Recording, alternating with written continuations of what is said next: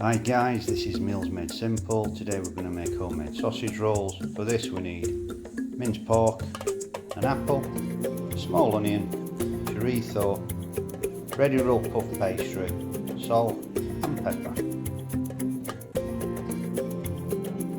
Line a tray with some baking paper.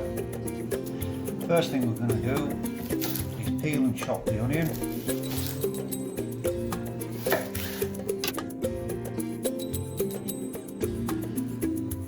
Followed by cutting up the apple and decoring it.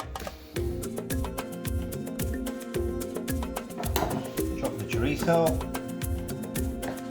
into smallish chunks.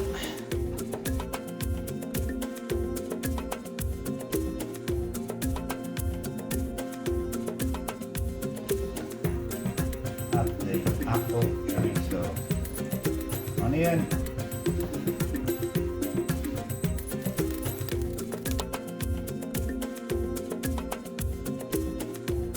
Now we can add the filling. Take a handful and just lay it out in a sausage shape.